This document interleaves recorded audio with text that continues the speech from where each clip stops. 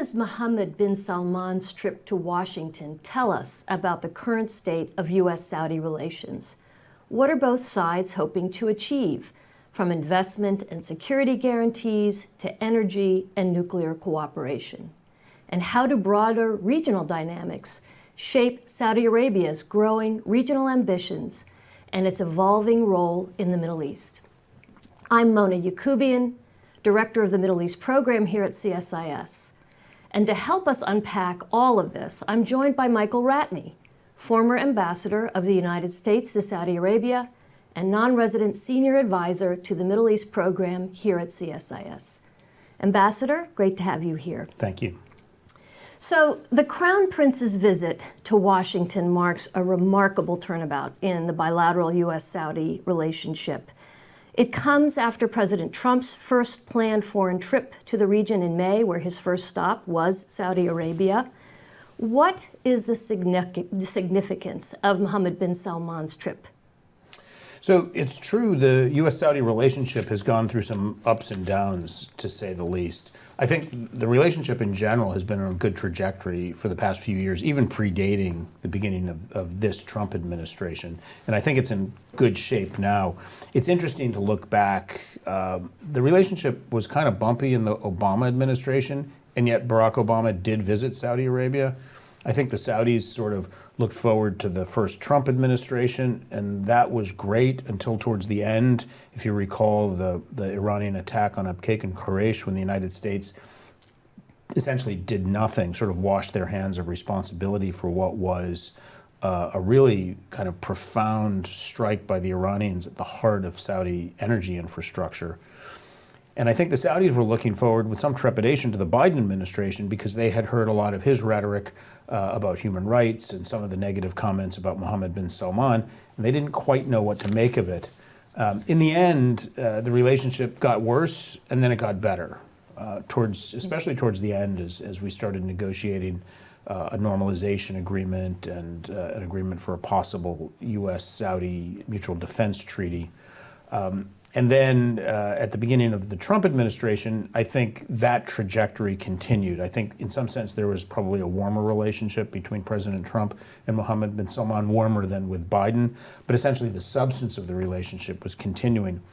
The interesting thing, and the point of your question, was the significance of the actual visit, because if you recall, the last time Mohammed bin Salman visited was probably 7 years ago, and there was some optimism, but then that optimism was colored by all of the events thereafter, including the Khashoggi killing and a lot of other things. And even though the relationship continued and in some sense got much better, the idea of a visit by him to Washington, I don't think was in the offing, because I think people were concerned about the public reaction, and I think the Biden administration in particular was nervous about the imagery of it. So I think basically a positive trajectory, and now with President Trump inviting him to Washington, sort of says that he's back and Saudi Arabia, the U.S.-Saudi relationship is back. So MBS is back, helpful tracing of the ups and downs of the relationship. So looking toward the coming couple of weeks when he arrives, what can we expect in terms of deliverables? What are the expectations of each side, both the U.S. And Saudi Arabia? So these visits all often have a lot of announcements and MOUs and that sort of thing, and I think we'll see some of that. My expectation is the Saudi priority is really going to be in two areas. As you recall, in the discussion of normalization, one of the elements of that deal was going to be a mutual defense treaty. Not on the cards right now because that requires Senate ratification, which I think the sense is it's not possible, certainly not without all the other pieces of the puzzle. But there was also discussion of a U.S.-Saudi bilateral defense agreement that was not a defense treaty that would require ratification by the Senate, but is an agreement that essentially cements U.S.-Saudi military cooperation. And I think that will be a high priority for the Saudis, because I think given the uncertainty of the region that they live in, they're going to want any kind of gesture of U.S. support for their security in the face of threats that continue from Yemen and Iran and elsewhere. So I think a defense piece is a big part of it. Is that going to be along the lines of the sort of like the executive order that President Trump issued on behalf of Qatar? Is it a similar type of framing that you'd expect? So the short answer is I'm not sure. I think that Qatar agreement was somewhat unusual because it purported to be have the substance of a defense treaty, but without Senate ratification. So effectively, the executive order that the president did for the Qataris potentially dies with the end of the administration. I think what the Saudis are going to want is something that is more permanent, something that endures after this administration, because they're going to want the sort of assurances and the quality of the relationship with the United States to go well past and not be dependent on any one administration. The other big piece, I think, has to do with artificial intelligence and technology. You know, AI and advanced tech is really kind of at the center of Saudi's ambitions to diversify their economy away from a dependence on oil. I think they have been frustrated, like the Emirates and other countries, that we did not in the Biden administration and have not yet in this Trump administration come up with a kind of predictable, reliable export regime for the most advanced chip technologies. The Saudis have huge ambitions and waiting investment from big U.S. companies to develop data centers. They want to develop their own artificial intelligence industry, including the intellectual capital that goes into developing it, not just hosting the data centers. But I think they're going to want some kind of solid assurances that the U.S. is going to be there as a partner as they develop and invest in their AI program. So I think those are the two big pieces of it. I expect there'll be other pieces. Commercial elements, I'm sure, probably an energy element. I don't know, perhaps they'll talk about renewable energy or even nuclear energy. But I think artificial intelligence and a defense agreement is really at the center of it. So Saudi Arabia's human rights record has long been criticized by human rights organizations, democracy promotion organizations. I think it's a fairly safe bet that it's not going to be raised in the context of this visit by the president or the administration. But give us a sense, Michael, of the situation on the ground in Saudi Arabia. Yeah, it's interesting. I've always thought about human rights in Saudi Arabia. Often, as a public matter, it sort of gets simplified or oversimplified or condensed into that one term, human rights in Saudi Arabia, bad, right? But when you go there and you look around, you realize it really is a mixed picture. And the only way you can think about it, I think realistically, and the only way you can start to address some of the shortcomings is to disaggregate each element of it and see where have the Saudis made progress and where are there still issues. Where they made progress is actually kind of remarkable, and I think in some cases lost in the public narrative. The most obvious area is obviously the role of women in society. This was sort of it was Saudi's brand for years and years. The fact that women couldn't drive was the most obvious thing, but it was more deep than that. Women's lives were essentially controlled by a set of regulations called guardianship laws, and those are mostly gone right now. And women are in the workplace. Women have more control over their lives than I think any time in certainly the lives of living Saudi women right now. They can travel, get passports, they can live on their own, they can get jobs, all without permission of a male relative, which is something that hung over them in the past. So I think they deserve credit for that. There's other elements. The status of foreign workers has often been pretty bleak, but they've really made progress. They have read this U.S. Trafficking in Persons report and taken it to heart and tried to improve the lot of lives of migrant laborers there. It's not perfect. There's still problems at their southern border where Ethiopian migrants are finding themselves in horrific conditions. But in general, they've made considerable progress on the issue of human trafficking and the status of foreigners in the country. Religious freedom was often a big kind of nagging issue. You know, Saudi Arabia was defined by its Islamic nature and the fact that Islam had something of a monopoly on religion there. Religion, to the extent that it was ever practiced, other religions like Christianity or Judaism was done in absolute secrecy. Now the Saudis are much looser about it. You know, I don't think you'll see churches opening up anytime soon, but people do find that private worship is something that's they're no longer fearful of. And that's a big deal because as Saudi's economic ambitions advance, they diversify their economy, they're welcoming foreigners, both business people and tourists. I think they want to feel comfortable that if you're a Christian or a Jew or any non-Muslim faith, that you don't feel kind of beleaguered or targeted because of it. So they haven't gotten as far as opening churches, to be sure, but I think their tolerance for other religions has really changed considerably. You know, there's areas that are less, where they've made less progress. The things that we often found to be of most concern have to do with their judiciary. They still suffer from, it's an opaque judiciary. Once you're kind of in the system, it's hard to know what's happening. It's hard to know where the charges are or what's going to happen to you. We would find it when there's American citizens that get caught up in that. And so the way I think of it is, you know, the Saudis are trying to modernize very, very quickly, and this judicial system really hasn't caught up with it yet. It's still essentially laden with Sharia law that kind of dictates most aspects of the legal system there, and most of the lawyers and judges and prosecutors come from that background. But on the other hand, they've promulgated a commercial code, a modern commercial code, so U.S. companies have clarity and basically parity with other commercial codes elsewhere in the world. And I know for a while they've been working on a criminal code, essentially, so there's transparency. If you commit a certain crime and are convicted of it, this is the punishment that you'll get. In the past, really up until now, that's up to the discretion of a particular judge who's an Islamic scholar, not a trained lawyer. So I think the human rights picture is a mix. I agree with you. I don't think it's going to be the centerpiece of the conversations when Mohammed bin Salman visits Washington, but nonetheless, it's something that a lot of foreign observers watch because Saudi wants to be welcoming to foreigners, and I think that reputation is something that they're going to have to think about. So a previous centerpiece of U.S. Saudi engagement was this idea of the normalization of ties between Saudi Arabia and Israel. And even in his recent interview on 60 Minutes, President Trump sounded somewhat optimistic that this could be on the horizon. That said, it does seem as though the prospect is actually more distant given Gaza and all that has happened over the last couple of years. What's your sense on that? Sure. You know, the whole idea of normalization between Saudi and Israel, it emerged actually at kind of a low point in the U.S. Saudi relationship, the fall and winter of 2022.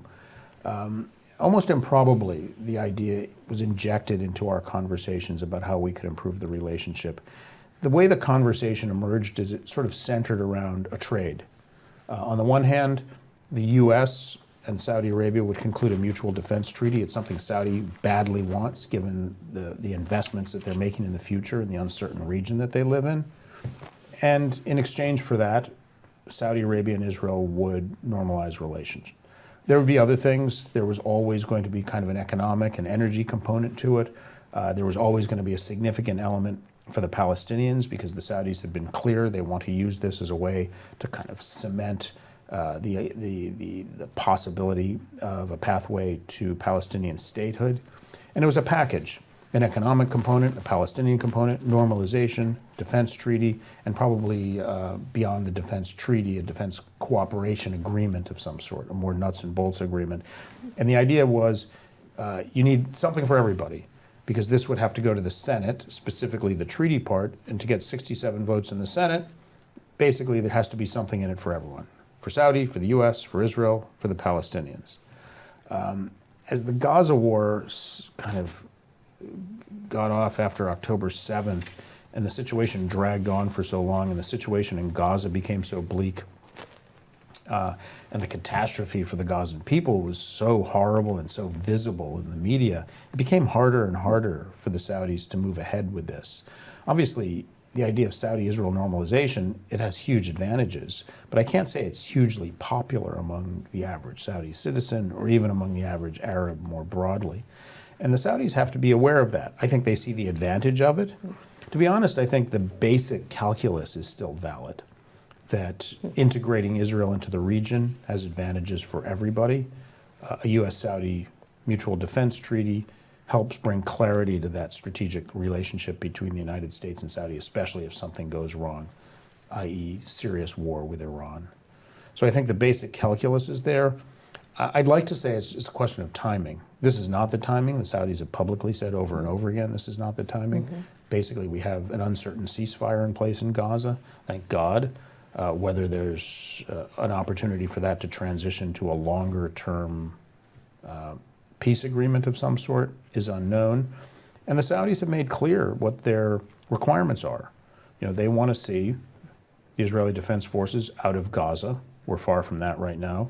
and they want to see a commitment by the Israeli government to a pathway to Palestinian statehood. We seem far from that as well. So I think those two elements are still going to hang over the discussions. And I know President Trump is probably enthusiastic about this happening and thinks he has the kind of force of personality and the relationship with MBS to make it happen. And it might, but I don't think it'll happen soon. So let's dive just for a moment a little more deeply into the recent 20-point ceasefire agreement negotiated by the Trump administration, which talks about some of these elements that we shorthand as day after.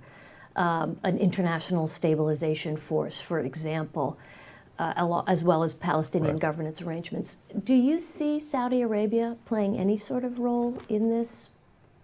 I could imagine them playing a role. I don't think they'll play a role in a stabilization force. I think it's too sensitive for them. It's too sensitive for most Arab and Muslim countries, but we'll see. I know there was a lot of hope that they'll participate in a reconstruction effort. Obviously, billions of dollars, horrific damage being done, and something it goes well beyond a humanitarian catastrophe. It's a long-term, multi-year process to help Gazans rebuild. I don't think the Saudis just want to get saddled with the bill for that, though. Nor do the Emiratis, nor to others.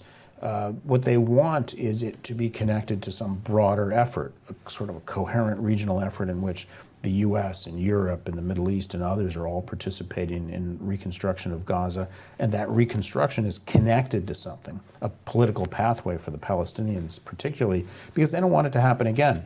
I think from the Saudi perspective, they want to be responsible citizens in their region, but what they don't want to do is be stuck with the bill for something that they had no part of. So let's turn for a moment to Israel's September 9th strikes on Doha, which many consider a watershed in lots of ways.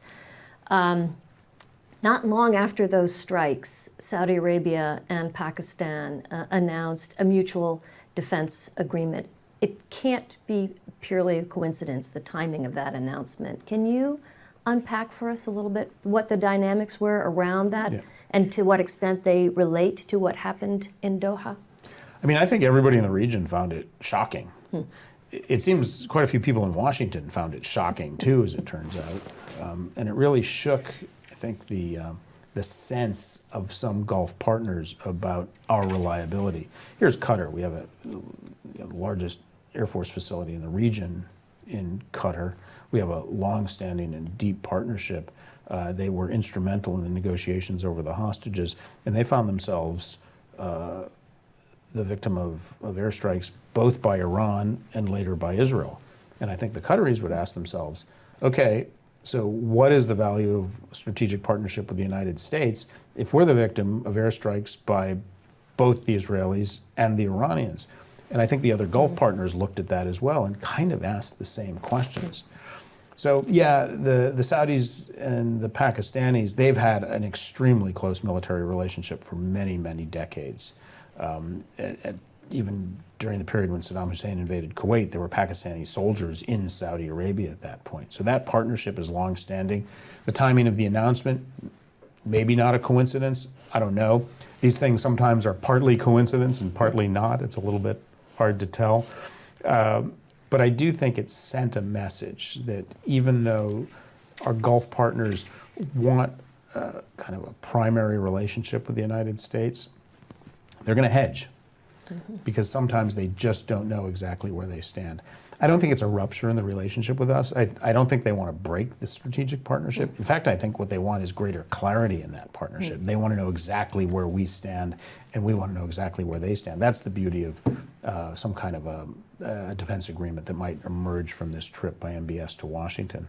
So you mentioned Iran in passing, and we know that Saudi Arabia and Iran have been in the midst of a normalization process of sorts that started in 2023. What's the status of that normalization? Yeah, what it really comes down to is they reestablished diplomatic relations. It had been broken, I think, 6 or 7 or 8 years earlier. And the Saudis made a decision in 2023 that they just wanted to de-escalate the relationship, that essentially stoking tension between the two countries wasn't serving anybody's interest. I don't think they thought it cured the relationship. I don't think they have any kind of change in their general sense of distrust for the Iranian regime.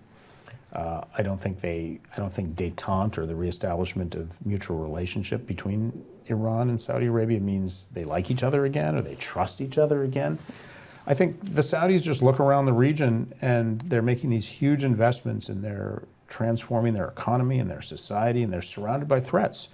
And they don't have a perfect set of tools in their toolbox.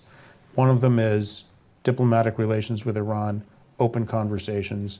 They're going to have exchange of ministers, maybe exchange of commercial delegations, at least the veneer of normalcy between them. I don't think it changes their general perception of what Iran is doing in the region, sponsoring proxy forces that ultimately could threaten Saudi Arabia. But I think for them, it's just one more kind of imperfect tool to try to de-escalate conflict in the region. So I want to turn to another key country in the region, Syria, which is in the midst of its own historic transition following the collapse of the Assad regime last December. We've seen Saudi Arabia step up and play a much more significant role in terms of seeking to help stabilize Syria. And indeed, on President Trump's trip in May, it's widely reported that it was MBS who influenced President Trump's decision to not only announce the lifting of sanctions, which is, as we both know, a little more complicated, but to meet Shara in person. That is expected to be followed up by a White House Oval Office meeting with Ahmed Shara, potentially as soon as November 10th. It's pretty remarkable considering Shara's own past as a former al-Qaeda leader. Help us understand better both how Saudi Arabia and Syria, you were also, of course, formerly a U.S. envoy or a special envoy for Syria, so help us understand what those goals look like for both the U.S. and for Saudi Arabia, and to what extent are the two countries cooperating on Syria? So I think the Saudi perspective is, they live in an imperfect region. Maybe that's an understatement. Imperfect region, they're going to look for imperfect solutions, right? The civil war in Syria went on for over a decade. Untold numbers of people were killed, even larger numbers displaced, huge property damage. The war ultimately left Assad in place. There was more jihadis and more Iranians and more Iranian proxy forces and more Hezbollahis and more refugees, and yet Assad was still there. And then, somewhat surprisingly to a lot of people in Washington and the region, he was gone. And I think the Saudi view is, the next step here is not going to be perfect. So let's see what this guy is all about. We knew what he was about, and he started to make the right noises in terms of the quality of governance and unification of the country and stability and peaceful relationship with Israel. It sounded pretty good. And I think the Saudi view was pretty good might be as good as we get, at least for the moment. Let's invest in pretty good and see if we can get it to something even better than that. The trajectory, to be fair, has been auspicious, I think. And I think I'm quite sure that the Crown Prince made the argument to President Trump when Trump visited Saudi Arabia a few months ago, and he bought the argument that this might not be the perfect guy, but given how uncertain this region is, we should at least give him if not the benefit of the doubt, at least the opportunity to show that he can govern Syria in a decent way, and that should be supported financially. So the Saudis have started investing in that, I think all to the good, convinced the United States to remove sanctions on Syria, some of which have been removed, some of which are in the process of being removed, because I think the argument that the Saudis made, and I think most in the region are making the same argument, which is if you want Syria to continue on some kind of a positive trajectory, it has to breathe economically. It can't be suffocated with sanctions, and it can't be denied the opportunity for investments. So it looks like the Saudis decided to give them at least the opportunity and convince President Trump, I think for the good, to do the same thing. So we have time for one more question. Sure. And I want to take advantage of you being here to draw you out further on a recent op-ed you wrote for the Wall Street Journal, in which you push back on the critique that Saudi Arabia's investments in the arts, entertainment, sports fields is really not an attempt to whitewash their human rights record, but really is part of a broader, I think, historic transformation. You referenced that a bit in the beginning of our talk, but I wonder if you could elaborate further on how we should understand Saudi Arabia and its role not only in the region, but globally at this moment? Sure. Like if you had visited Saudi Arabia 10 years ago or 15 years ago, the idea of going to a Backstreet Boys concert or a wrestling tournament was just inconceivable.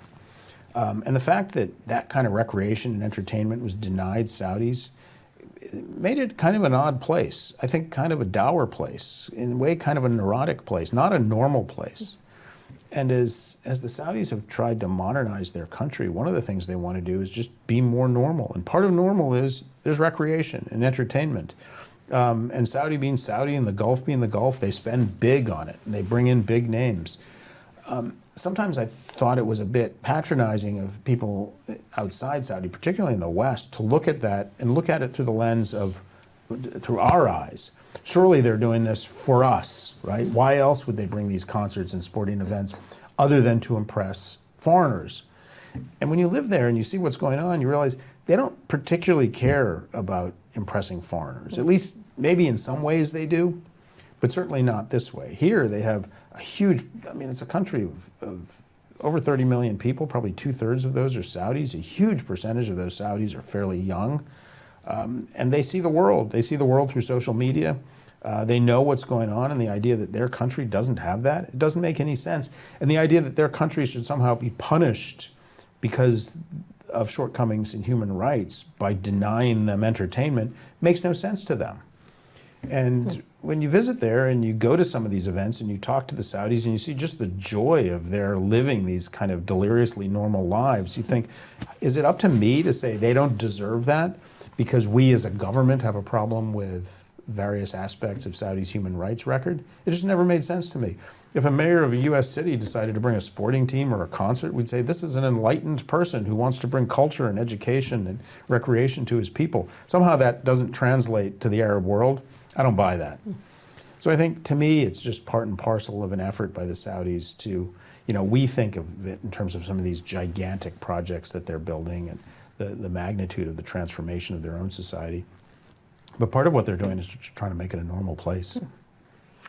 Ambassador Ratney, thank you so much. You've given us a lot to think about, a lot to look for during the upcoming visit of the Saudi Crown Prince. Thank you for being with us today. Thanks for the conversation.